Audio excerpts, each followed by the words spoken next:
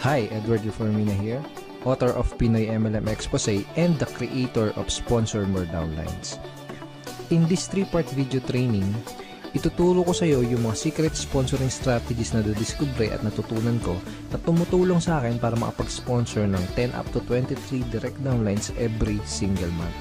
Ang goal ko sa video na to ay ma-share sa iyo yung mga strategies na natutunan ko and hopefully ma-apply mo din tong mga strategies na to sa business na ginagawa mo ngayon para makuha mo yung resulta na gusto mo. Ginagawa ko to dahil alam ko na madaming Pinoy networkers ang nagsistruggle o nahihirapan sa kanilang network marketing business. So sa ganitong paraan, I hope makatulong kahit paano. Ang una natin pag-usapan ay yung mga common problems na na-experience at nararanasan ng mga Pinoy networkers sa kanilang network marketing business. Una sa mga problem na yun ay yung puros hindi qualified ang mga na-invite na prospect, kaya puros rejections din ang napapala nila. So karamihan ng mga na-invite nila is mga negative, mga skeptical, kung hindi negative at skeptical, mga walang pera. So ito yung ilan sa mga reason kung bakit puros rejections yung napapala nila doon sa mga ini-invite nila. Pangalawang problem is, madami na silang na-invite, pero nahihirapan at wala pa din silang mapajoin. So, na-invite na nila lahat ng mga kakilala, kaibigan at kamag-anak nila, pero nahihirapan silang i-convert yung mga prospects na yun into downlines. Pangatlong problem is, nauubusan sila ng panggalaw. So, yun nga, dahil nga ang dami na nilang na-invite, tapos puros rejection, hirap sila magpasali. Anong nangyayari?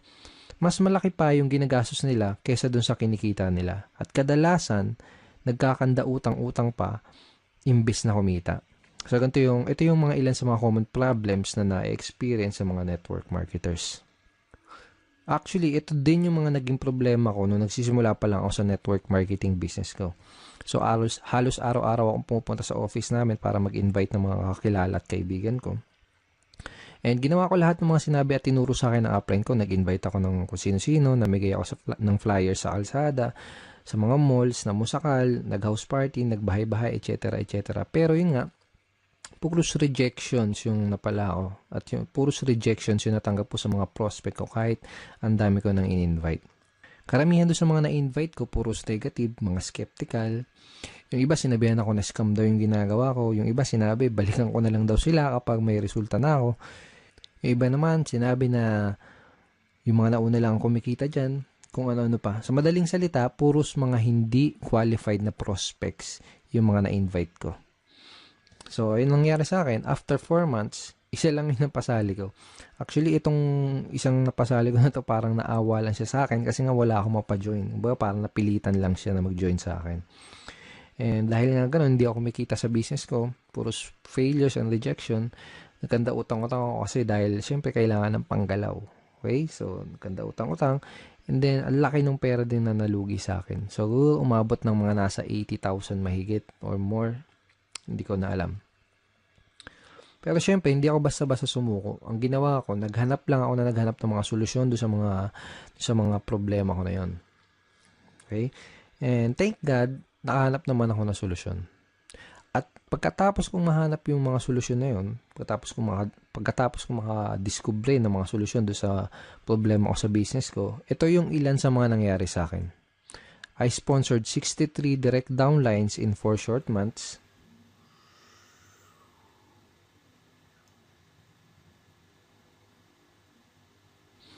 And consistently na din ako nakakapag-sponsor ng 10 up to 23 direct downlines every single month. Tapos, mas mabilis ko na-build yung business ko at nagsimula ako mag-duplicate dun sa mga kagrupo ko. Okay? So, yung mga solutions na natutunan ko, yung mga solution na na-discover ko, yun yung mga pag-uusapan natin sa 3-part video training na to. Yung mga solusyon na yun yung mga matututunan mo sa video training series na to.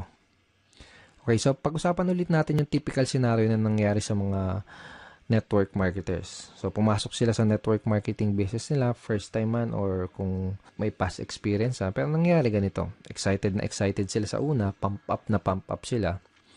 So, shinare kagad nila yung business nila sa mga kaibigan, sa mga kakilala, kamag-anak nila. Nag-prospecting agad sila. Nag-share sa Facebook, invite dito, invite doon, invite sa kaliwat kanan yung pag-i-invite.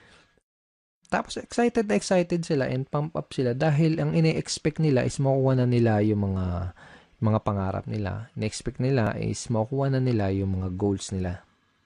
Okay? Pero ang nangyayari, unfortunately, puros rejections, puros failures, at puros frustrations yung na sumasalubong sa kanila. Tapos nagtataka sila kung bakit ganun yung nangyayari. Hindi nila alam kung bakit ganun yung nagiging resulta kahit binibigay naman nila lahat ng effort nila. Kahit ginagawa na nila lahat ng mga tinuturo sa kanila. Hindi nila alam na ang tunay na problema kaya sila nahihirapan, ang dahilan kung bakit puros rejections ang napapala nila ay dahil hindi nila alam kung paano mag-pre-qualify o mag-sort out ng mga prospects. Kaya nangyayari, madami silang oras, effort at pera na sinasayang sa pakikipag-usap sa mga unqualified na prospects. Hindi din nila alam kung paano sagutin ng tama yung mga common MLM objections. Kaya kahit qualified na yung mga prospect na kausap nila, hindi pa din nila mapajoin dahil sa mga objections na hindi nila nasasagot ng tama. Okay?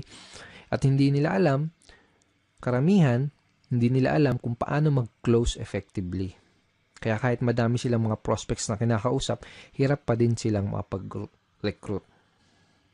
Bago ko ituro, bago ko i-share sa iyo yung mga solusyon sa mga problema na to, first, I would like you to imagine na nag-apply ka sa McDonald's. Sabihin natin, nag-apply ka sa McDonald's tapos natanggap ka sa trabaho. Pero ito yung scenario, wala kang kahit anong alam sa pagluluto, hindi ka pa nakapagprito kahit isang beses, hindi mo pa nagagawang magluto sa tanan ng buhay mo. Okay? Ngayon, ito yung tanong. Kapag inutusan ka ba ng manager para pumunta doon sa kitchen para magprito ng burger patty, ang tanong is, magagawa mo ba ng tama yung trabaho mo? Yung inutos sa'yo? Malamang hindi kasi nga wala ka pang background, wala ka pang knowledge para gawin yung task na yan. Tingin mo alam mo kung kailan mo babaliktarin yung burger patty. Tingin mo alam mo kung luto na o kung hilaw pa yung burger patty na niluluto mo. Malamang hindi kasi nga wala ka pa nung idea, wala ka pa nung tamang knowledge para gawin yung trabaho na yun. So para magawa mo yung trabaho, ang gagawin nila sa totoong buhay, ang gagawin nila sa'yo dito kapag nag-apply ka pag pumasok ka sa McDo, ang gagawin nila sa'yo, bibigyan ka nila ng tamang training. Okay? Bigyan ka nila ng tamang training para magkaroon ka ng tamang knowledge. Pag meron ka na ng tamang knowledge, magkakaroon ka ng tamang skills para magawa mo ng tama yung trabaho mo. So, ganun din dito sa network marketing. Kung gusto mong magawa ng tama ang negosyo mo, kailangan mo ng tamang training at kailangan mong matutunan yung mga tamang skills. Lalo na kung first time mo pa lang sa network marketing or kung bago ka pa lang sa business mo. Ang solution dun sa mga pinag-usapan natin kaninang common network marketing problems is to acquire skills. Okay? Kasi kapag meron ka na ng mga tamang skills, tamang network marketing skills, yun yung magiging susi mo para maging successful ka sa network marketing business mo.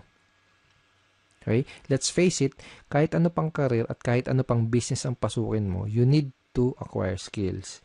Kahit yung simpleng pagbabaligtad lang ng burger patty sa McDonald's, kahit yung simpleng ganung trabaho, is kailangan ng tamang skills, kailangan ng tamang training. What more pa kaya yung network marketing business mo, di ba? So, karamihan ng mga networkers parang ganito kasi nangyayari. Para silang sumusugod sa gera na wala silang dalang bala. Kumbaga, hataw sila ng hataw, araw-araw silang humahataw, kahit wala pa sila ng mga necessary skills na kailangan para magkaroon ng resulta at para magawa ng tama yung business nila. Kaya madalas na nangyayari, mas nauuna pa silang mag-quit bago pa nila matutunan yung mga tamang skills. So, kung nahihirapan ka ngayon, kung nahihirapan ka makapag-sponsor, kung nahihirapan ka makapag-recruit, kung nahihirapan ka sa network marketing business mo, yun ay dahil wala ka pa nung mga kinakailangan na skills para maging effective na networker. Kung gusto mo ng resulta sa business mo, aralin mo lang ng mabuti yung mga skills na yun. Ngayon, pag-usapan natin na yung 3 solution skills to success that you need to learn. Ito na yung mga skills na kailangan mong matutunan. Ito na yung mga skills na kailangan mong ma-master kung gusto mong magkaroon ng resulta sa business mo. Okay? First skill is sorting skill. Second is objection handling. Third is closing skill. Ang una natin pag-usapan ay yung sorting. Bibigyan kita ng magandang analogy para mas mag-grasp at mas maintindihan mo na mabuti kung ano ba tong sorting. So sabihin natin may nakita kang 3 mansanas dun sa lamesa. Okay? So gusto mo kumain ng mansanas, kaya ang ginawa mo, kumuha ka ng kutsilyo, hiniwa mo sa gitna yung mansanas. Yung unang mansanas nakita mo, bulok na yung loob niya. So ang ginawa mo, hindi mo kinain. Okay? Pangalawang mansanas na hiniwa mo, nakita mo may uod yung loob. So ang ginawa mo, hindi mo din kinain. Okay? Yung pangatlong mansanas na hiniwa mo, nakita mo okay na siya. Hinug na at pwedeng-pwede nang kainin. So yun ang kinain mo. Yun lang yung kinain mo.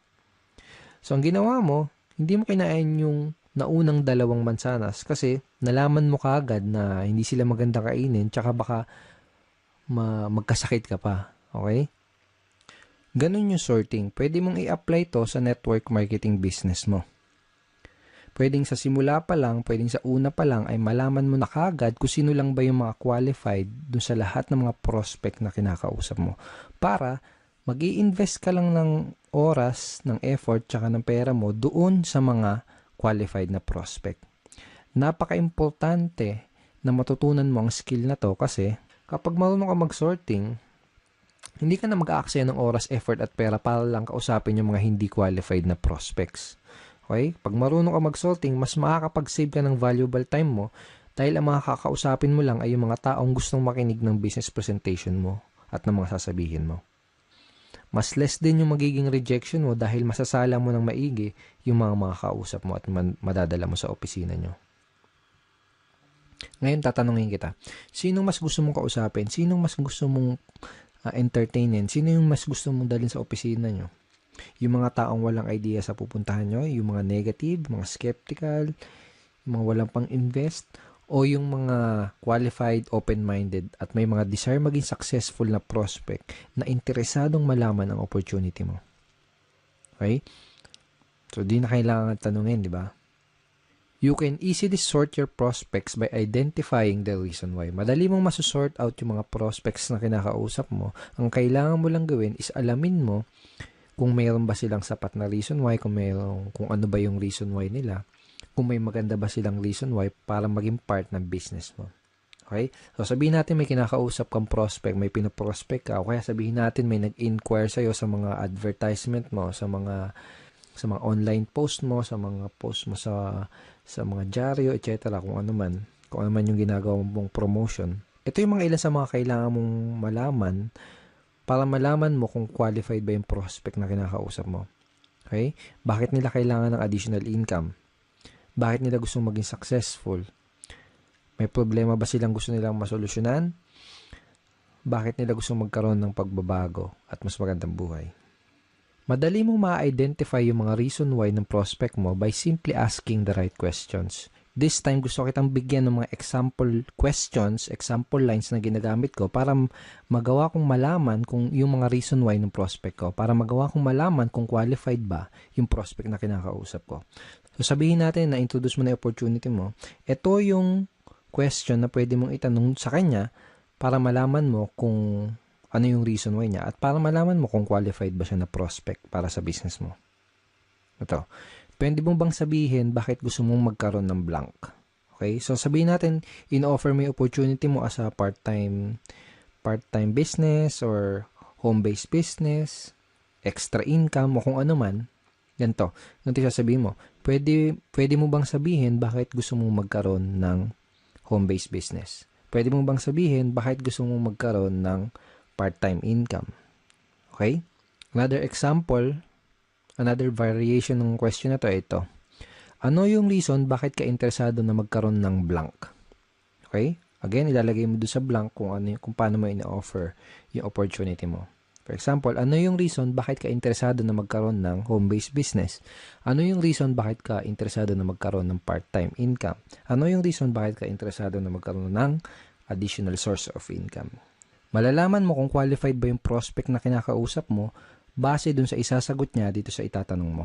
Kapag tinanong mo sa prospect mo to, ganito yung pwedeng isagot niya sa'yo. Okay. So basically, this is a screenshot ng chat conversation ko with the prospect. Basically, may kinakausap akong prospect sa Facebook and gusto kong malaman kung qualified ba siya na prospect para sa business ko. Kaya tinanong ko, ito, bakit mo gustong magkaroon ng additional source of income? So, ang sinagot niya, first reason is family. Okay? And sinabi niya din na lumalaki na yung family ko. I have one daughter and incoming baby this May 2013. So basically, ang nangyari, sinabi niya sa akin yung reason why niya. Kung bakit niya gusto magkaroon ng additional source of income. Nalaman ko na qualified siya na prospect dahil meron siyang sapat at magandang reason why para gawin yung negosyo. Okay? Nalaman ko na kailangan niya ng dagdag na income kasi nga lumalaki na yung family niya. So, lumalaki na yung mga bills na babayaran niya, mga nganak yung misis niya, etc. So, sa madaling salita, nalaman ko na qualified siya na prospect by simply asking these questions. Okay. Lahat ng prospect na kinakausap ko, inaalam ko muna ng maigi kung meron ba silang maganda o sapat na reason why. Doon ko kasi malalaman kung qualified ba sila na prospect o hindi. Alam ko kasi na kung wala silang mabibigay na magandang reason why or sapat na reason why, hindi rin sila mamomotivate na mag-take ng action. Hindi sila mamomotivate na mag-join, hindi sila mamomotivate na maglabas ng kapital. Baga wala silang sapat na reason why para magsimula ng isang network marketing business. Kung wala silang mabibigay sa akin na magandang reason why or sapat na reason why, hindi ako mag-aaksaya ng panahon para explainan pa sila, para dalhin pa sila sa office. That is how I sort my prospects and that is how I qualify my prospects. Okay, so possible scenario, sabihin natin na tinanong mo na to sa tong questions na to sa prospect mo, pero sabihin natin ang nangyari ay hindi kagad siya nag-open up sa'yo. Sabihin natin na hindi niya kagad sinabi sa'yo yung reason why niya. Posible kasi na mangyari yon, lalo na kung kakikilala mo pa lang sa kanya o kaya hindi ka pa nakakapag-build ng rapport. Posible na kapag tinanong mo sa kanya tong questions na to, itong ano yung reason bakit ka interesado na magkaroon ng additional source of income, posible na yung isagot niya lang sa'yo ay parang yung mga wala lang. Gusto ko lang kumita ng additional income. Pwedeng ganun. So, walang sapat na reason why, di ba? O kaya naman, pwedeng ang isagot niya ay wala lang. Sino ba naman ang ayaw kumita ng additional income? Parang ganun. So, wala ding sapat na reason why. Ang questions na pwede mong itanong do sa prospect mo para magawa mong mag-open up siya sa'yo at para magawa mong ma-identify yung reason why niya ay itong mga questions na to. Ito, sabihin natin na kumikita ka na ng part-time income, magkano ang gusto mong kitain on a monthly basis? O kaya magkano ang gusto mong kitain na additional income per month? Parang gano'n. Kapag tinanong mo sa prospect mo to, gagawin niya is magbibigay siya sa'yo ng figures. Usually, sasabihin nilang ng prospect is 10,000 per month, 20,000 per month, 50,000 per month, or 100,000 per month. Iba-iba. Okay, so kahit na anong ibigay niya sa yung figure, ito yung next na question na pwede mong itanong sa kanya. Ito, kapag kumikita ka na ng blank, kung magkano yung binigay niya sa yung income na gusto nilang kitain, kapag kumikita ka na ng 20,000 na monthly income, ano yung pinakamalaking maitutulong nun para sa'yo? O kaya, ano yung pinakamalaking maitutulong nun para sa'yo at sa pamilya mo? By this time, kailangan may maibigay na sa'yong magandang reason why yung prospect mo para malaman mo at matansya mo kung qualified ba siya na prospect o hindi para sa business mo. So, I will show you another example. So, basically, may kinakausap ulit akong prospect via Facebook chat. And by the way, napakita ko sa yung mga example is Facebook chat, pero obviously dapat gamitin mo din to sa face-to-face or one-on-one or table talk conversation. Okay? So, again, may kinakausap ako na prospect via chat. Tinanong ko siya kung ano yung reason bakit niya gusto magkaroon ng additional income, pero wala siya nabigay sa akin na magandang reason why. Hindi kagad siya nag-open up sa akin. So, ang ginawa ko, tinanong ko kung magkano ba yung additional income na gusto niyang kitain on a monthly basis. Ang sinagot niya sa akin, 10,000 per month. Kaya tinanong ko sa kanya itong question na to. Okay, sabihin natin na kumikita ka na ng 10,000 na monthly income. Ano yung pinakamalaki maitutulong nun para sa'yo? Ang sinagot niya, sa pag-aaral po, pang-araw-araw na gastos sa bahay. And sabi niya, nakikitira lang po kasi ako sa kamag-anak ko. So, by asking this simple question, napakasimpleng question lang naman, di ba? Pero very, very powerful in terms of identifying your prospects reason why. And very powerful para magawa mong mag-open up sa'yo yung prospect mo. So, by asking this simple question, nagawa kong mag-open up yung prospect at nalaman ko na qualified pala siya dahil may maganda at sapat na reason why pala siya para gawin yung business. So, pag alam mo na yung reason why ng prospect mo, pwede ka na mag-move on dun sa next step, which is to introduce him or her dun sa business opportunity na ina-offer mo. So, pag alam mo na yung reason why ng prospect mo, kapag alam mo na yung gusto niyang monthly income na kitain, ito yung line na pwede mong gamitin para madali mong ma-invite yung prospect mo doon sa inyong business opportunity meeting or BOM, sa inyong seminar or online video, kung ano man. Depende sa company nyo. Every company, iba-iba yung sistema nila. Okay, so ito yung line na pwede mong gamitin. Kung may maipapakita ako sa yung paraan na pwede kang kumita ng blank per month doing part-time para their why, isisingit mo dyan yung reason why na sinabi sa'yo ng prospect mo. Willing ka bang tignan kung ano yun? So, for example, kung may mapapakita ako sa yung paraan na pwede kang kumita ng 20,000 per month na income doing part-time para magawa mong matulungan yung asawa mo sa mga gastusin nyo or para magawa mong mabayaran lahat ng mga pagkakautang nyo or para makatulong ka sa mga magulang mo, willing ka bang tignan kung ano yun? Kapag tinanong mo sa prospect mo tong question na to, ano sa tingin mo yung isasagot niya sa'yo? Tingin mo sasagutin ka niya ng, hindi ako willing tignan yan. Wala akong time. Ganun ba yung sasagot niya? Most likely, ang isasagot niya sa'yo is positive answer. Ang pwedeng isagot sa'yo ng prospect mo ay tulad ng, sige, willing akong tignan kung ano yan. O kaya, mukhang okay yan ah. Ano ba yan? Sige, willing akong tignan kung ano yan. Para mga ganun. So, this is a very effective line na pwede mong gamitin para madali mong ma-invite yung prospect mo dun sa opportunity meeting nyo. Napaka-effective nitong line na to dahil ginamit mo yung reason why ng prospect mo dun sa invitation mo. Ngayon, pag-usapan natin kung ano yung mga pwede mong gawin para mapakinabangan mo na maigi yung mga tinuro ko sa'yo dito sa video na to. Okay? So, ito yung mga kailangan mong gawin. Una, write this example sorting questions that I gave you. So, mamaya balikan mo tong video na to, i-play mo ulit, tapos isulat mo sa papel o kaya i-type mo sa cellphone mo or sa iPad mo yung mga example questions na binigay ko sa'yo. Okay? Second, read this line ng paulit-ulit and try to internalize them. Okay? So, wag mo kabisaduhin. Okay? Mas maganda kung ma-internalize mo siya. Mas maganda kung mas maintindihan mo kung ano yung reason bakit mo siya tinatanong. Basta, tandaan mo, yung mga example questions na binigay ko sa'yo, ang goal mo, kaya mo gagamitin yung mga example questions na yun, ay para ma-qualify mo yung prospect mo at para malaman mo yung reason why nila. Okay? Pangatlo, start asking these sorting questions to your prospect. So, kung may kakausapin ka na prospect mamaya, bukas o sa isang araw, start using these questions. Simulan mong gamitin at itanong yung mga question na yon sa mga prospect na makakausap mo para magawa mong masort yung mga kinakausap mo na prospect at para malaman mo kaagad kung qualified ba sila o hindi sa business mo. Pag ginawa mo yon, mas makakapag-save ka ng time, ng effort, tsaka ng pera mo. Okay? So, thank you so much for watching this video. I hope madami kang natutunan din sa training video number 1. In training video number 2, pag-uusapan natin na yung some of the biggest misconceptions ng mga networkers. Ito yung mga maling akala ng mga networkers na pumipigil sa kanila para magkaroon ng resulta.